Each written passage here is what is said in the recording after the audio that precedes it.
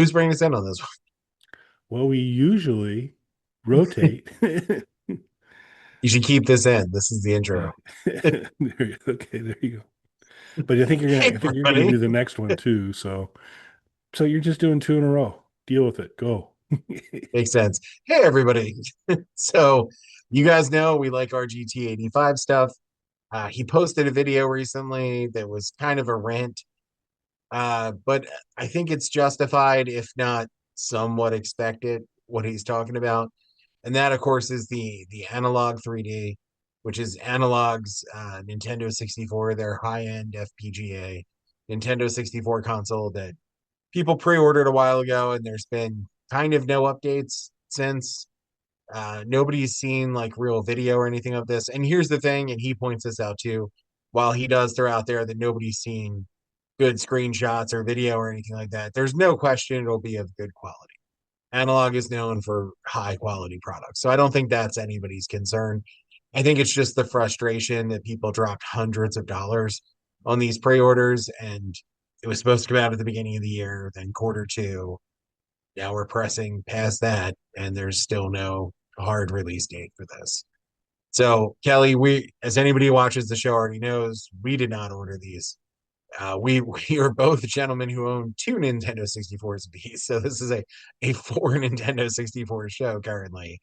But I mean, just like anything, the Nintendo 64s are old, so I'm not opposed to considering an FPGA console.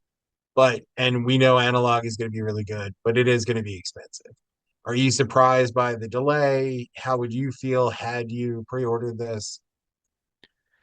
Yeah, I'm not entirely surprised by the delay because it seems to be a little bit of their MO in terms of, and there's just things, other parts of their MO I just really don't care for, which is that really limited run of things is a boon for those that want to put it onto eBay later and gouge people. But wish there was a little more openness to kind of do a couple runs of it. I mean, it's not like they're not getting good money for it. So I'm not a big fan of the model. I mean, I just don't think you can argue that it's anything but going to be a really solid quality system made out of the most magical metal of the world, aluminum, no doubt. As and so maybe the slave labor they have digging in the aluminum mines of the Congo or wherever those are, um, that that's taken a little bit longer. As you mentioned at the beginning, kind of full up on Nintendo 64 options. I am a little suspicious because of all the systems out there, pretty consistently, Nintendo 64 takes the crown as kind of hard to emulate, a little difficult to pull off. Even even Nintendo on some of their kind of stuff when they were doing opening stuff up on the Switch didn't kind of hit it out of the park to begin with. So it's a tricky system. So I'm sure they'll figure it out pretty well. But the some of the things in RGT5 mentioned it in his video, the trouble with the Switch doing the emulation, but also just a little suspect on the 400K comment. Is the output 400K that it can put out that level of resolution, or is the actual game itself operating at 4K? And he hasn't seen that occur in the wild anywhere yet, so he's a little suspicious there. So delays. Plus, apparently, he hadn't had a good rant in a while, so he's good. When he's fired up, he's super. I mean, he's always good to listen to, but in terms of when someone's riled up, he's one of my more favorite people to listen to riled up because I just like how he delivers the information with such passion and riledness. So it's pretty good. But yeah, I'm not surprised at the delay. They said July. We're recording this at the beginning of July. I don't know when it'll actually hit the YouTube waves, but I'll be kind of surprised if they do release it. Said July, which could be late in July, but I don't think they're going to hit July either. But I could be wrong. No, yeah, and it is important too. He did point out that he's not questioning that this is a scam or anything like that. This isn't, the whole Sega situation thing that was going on, or the Amico or anything like that. This isn't a scam. This isn't something that's not going to materialize. Analog has a great track record behind them. It's just more the idea that people paid you. You're paying a premium for an analog product. They're limited. They're high end items. That it's definitely a showpiece kind of thing that you're paying a premium for. So with that premium coming out of people's pockets, they just expect more information. So it sucks. I get it, but I'm sure that people, do expect that they will get these and that they're going to be of good quality.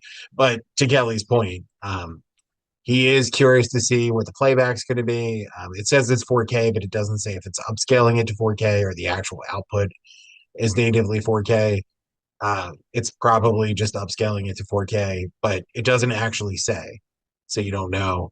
And to the point about the emulation, sure, you can emulate a lot of Nintendo 64 games now, but they're still glitchy when you do it. And they even had that problem on the Switch. A lot of that goes back to people who are smarter than me explain this online, but a lot of that goes back to Nintendo 64 games are on cartridges. And particularly in the beginning, the cartridges were small, even for the time. There just wasn't a lot of memory on them, which led to a lot of use of helper chips and custom code and things like that, where most games have some sort of customized code with them, which means you can't just make one catch all emulator that's going to take everything.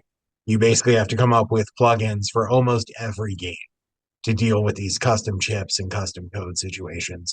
And that's why you get a lot of glitches in games and some games that still don't emulate. Yep. So get yourself, a Warrior 64 and either a Summer Cart or EverDrive or something, and enjoy it that way. Not that you could get this anyway, because they did sell out, unless you're going to cruise eBay later and pay twice the price. But we'll Yeah. see how it goes. But yeah, we'll keep you posted. We'll give a shout out in one of our episodes when it's out. Um, and I mean, I don't, to reinforce, not a scam. 100% sure of that. I do think when you're paying a premium for a product like this, and the numbers are confined because it's a limited run, uh, it would be wise for Analog to communicate more regularly to say, hey, to not kind of just spring this on them, say we're not going to make this day or not. Kind of just give them a status of where things are at and a few more details about what this system's going to be when it's done. Um, if this keen insight has made your life richer and better, and how could it not? We would appreciate it if you would subscribe to the Bog Panda YouTube channel. With that free subscription, you will get Hard No. It's the world's shortest podcast, published daily. You will also get access to Bog Panda Vision, a micro homebrew uh, gaming ROM place. And there's all sorts of little goodies for you there. A number of Game Boy games in the Slapdash family. Doom 2 levels are out there as well. Three maps, the fourth map on its way in a bit. Some reskinning going on here and there, getting in more Panda-y. So Boom Panda's out there. Um, an NES game, Dr. Mike's Lab, and some other goodies. So go check those out. And the best way to watch the show, subscribe to the show, listen to Hard No, download the free ROMs is to wear a t-shirt from Bog Panda. And so out of the kindness of our hearts, we provided a link so you could do just that. We're so good to you guys. We're givers. Thanks for watching. Thanks, everybody.